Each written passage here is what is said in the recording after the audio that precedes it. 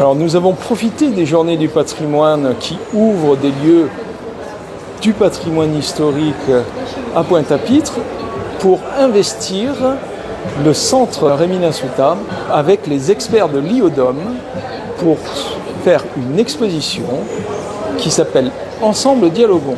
Et pour dialoguer, il faut que le public vienne nous voir et vienne poser des questions sur l'économie, sur le billet, comment on fabrique un billet, comment il circule, qu'est-ce qu'on en fait quand on le détruit, mais également sur les arnaques financières qui existent, comment mieux gérer son budget, ou encore quelle est l'économie du territoire, quelle est l'économie de la Guadeloupe, comment on décrypte cette économie. Sur la journée de vendredi, nous recevons plutôt les scolaires, mais c'est ouvert à tous les publics. Et c'est gratuit. Nous sommes vraiment à disposition pour répondre aux questions. Notre objectif, en sortant nos experts, c'est de pouvoir mieux expliquer notre métier. L'Institut d'émission des départements d'outre-mer, c'est la banque centrale pour les départements d'outre-mer. Ça veut dire que nos clients, ce sont les banquiers et c'est l'État. Mais ça veut dire aussi que nous rendons des services à la population, services qui sont parfois méconnus.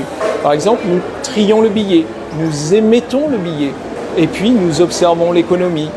Et nous sommes là aussi pour rendre l'éducation financière du public, pour amplifier l'éducation financière du public. Les Guadeloupéens s'intéressent à l'économie.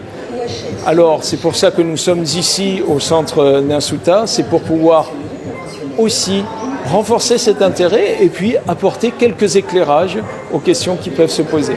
Le thème me convenait, j'avais envie de découvrir l'ancien du billet, le futur du billet, que je viens de voir comment ça se passait. Pour l'instant, je n'ai fait que la partie de jeu qui est tout au bout, qui est très intéressant. C'est un jeu que j'aimerais bien qu'il soit commercialisé, mais apparemment il n'est pas commercialisé. Et le après du billet banque est très intéressant parce que j'ai appris comment le retransformer en quelque chose d'utile, notamment en présentation, il y a des tabourets.